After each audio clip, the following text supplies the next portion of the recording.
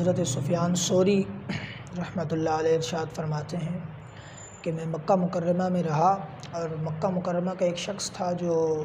آتا تھا اور بیت اللہ شریف کا طواف کرتا تھا، ظہر کی نماز ادا کرتا تھا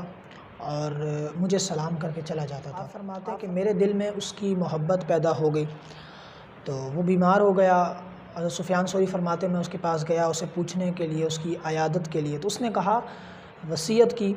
کہ جب میں انتقال کر جاؤں تو میرا کفن دفن آپ نے کرنا ہے، اور جب مجھے دفنا دیا جائے تو آپ میرے پاس رہنا، مجھے تنہا مت چھوڑنا، اور مجھے توحید کی تلقین کرنا، کلمے کی تلقین کرنا۔ آپ فرماتے ہیں اس کا انتقال ہوا جب، تو میں اسی طرح اس کی وصیت کے مطابق گیا اس کے پاس، اس کی قبر کے پاس بیٹھا، تو اسے کلمہ طیبہ کی تلقین کی۔